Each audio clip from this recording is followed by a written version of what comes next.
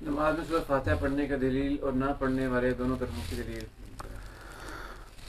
نماز میں رسول اللہ صلی اللہ علیہ وسلم نے فرمایا، صحیح بخاری شریف کتاب الاذان میں حدیث ہے، عبادہ ابن الصامت رضی اللہ عنہ کہتے ہیں رسول اللہ صلی اللہ علیہ وسلم نے فرمایا، لا صلاۃ لمن لم یقرأ بفاتحۃ الکتاب، جس نے سورہ فاتحہ نہ پڑھی اس کی نماز نہیں ہے۔ یہ رسول اللہ صلی اللہ علیہ وسلم کے الفاظ عام ہیں، اکیلے کے لیے بھی ہیں، امام کے لیے بھی ہیں، منفرد کے لیے، اپنا مقتدی کے لیے بھی ہیں، فرض والے کے لیے بھی ہیں، نفل والے کے لیے بھی ہیں، جنازے والے کے لیے بھی ہیں، عید والے کے لیے بھی ہیں۔ جو بھی نماز ہے نا، سب کے لیے یہ الفاظ ہیں، وہ سری ہو وہ جہری ہو، جس میں فاتحہ نہیں ہے رسول اللہ صلی اللہ علیہ وسلم نے فرمایا وہ نماز نہیں ہے۔ یہ تو حدیث ہے، عام ہے، اور سب نمازوں کے لیے، یہ سب نمازوں کو شامل ہے۔ نماز وہ نہیں ہوتی جس میں فاتحہ نہ پڑھی جائے۔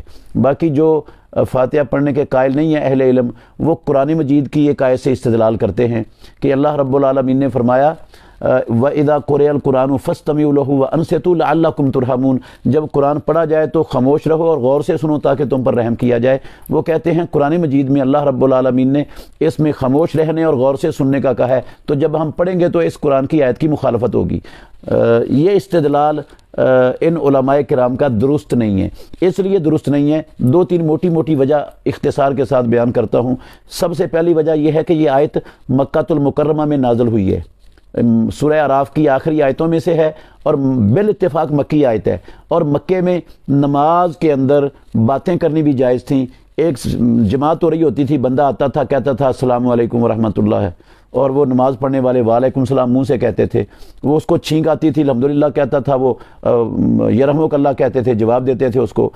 کوئی آتا تھا پوچھتا تھا اگر کتنی رکعتیں ہو گئی ہیں تو وہ بتاتے تھے اتنی رکعتیں ہو گئی ہیں۔ تو یہ آیت موجود تھی، اور نماز کے اندر باتیں کرنی بھی جائز تھیں۔ تو جو آیت اونچی آواز سے گفتگو کرنے کو کے مخالف نہیں ہے، وہ اس کو نہیں روکتی، وہ نہیں رکا اس سے، تو منہ میں پڑھی جانے والی فاتحہ کے یہ آیت کیسے خلاف ہو جائے گی؟ اور فاتحہ منہ میں پڑھنا وہ اس آیت کے خلاف کیسے ہو جائے گا؟ یہ جو باتیں ہیں نا، یہ حرام ہوئی ہیں مدینے میں آ کر جب سورہ بقرہ کی یہ آیت اتری ہے، حافظوا علی الصلوات والصلاۃ الوسطی وقوموا للہ قانتین۔ صحیح بخاری میں حدیث ہے، صحابی کہتے ہیں نہینا عن الکلام وامرنا بالسکوت، ہمیں کلام سے منع کر دیا گیا اور خاموشی کا حکم دے دیا گیا اس آیت کے نازل ہونے کے بعد۔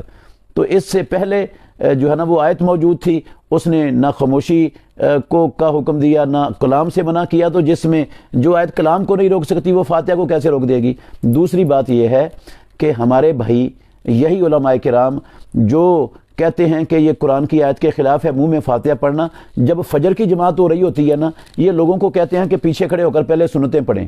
اب وہ جو سنتیں پڑھنے والا ہے وہ اس میں فاتحہ بھی پڑھے گا، کوئی اور سورت بھی پڑھے گا، اتحیات بھی پڑھے گا، درود شریف بھی پڑھے گا، باقی بھی ساری چیزیں نماز میں پڑھے گا۔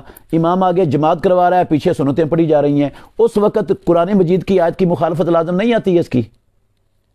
تو کوئی انصاف بھی ہونا چاہیے، اللہ رب العالمین سے ڈرنا چاہیے۔ ویسے بھی منہ میں پڑھنا یہ استمعوا وانصتوا کے خلاف ہے ہی نہیں۔ پیارے پیغمبر نے اسی طرح کا حکم دیا ہے کہ جب امام خطبہ دے رہا ہو استمعوا وانصتوا، اور دوسری طرف ایک بندہ آتا ہے آ کر بیٹھ جاتا ہے، آپ اس کو 2 رکعتیں پڑھاتے ہیں خطبے کے دوران۔ اگر خطبے کے اس نے 2 رکعتیں پڑھنا اگر استمعوا وانصتوا کے خلاف ہوتا تو پیارے پیغمبر کیوں اس کو حکم دیتے؟ اس لیے اس آیت سے یہ استدلال کرنا درست نہیں ہے۔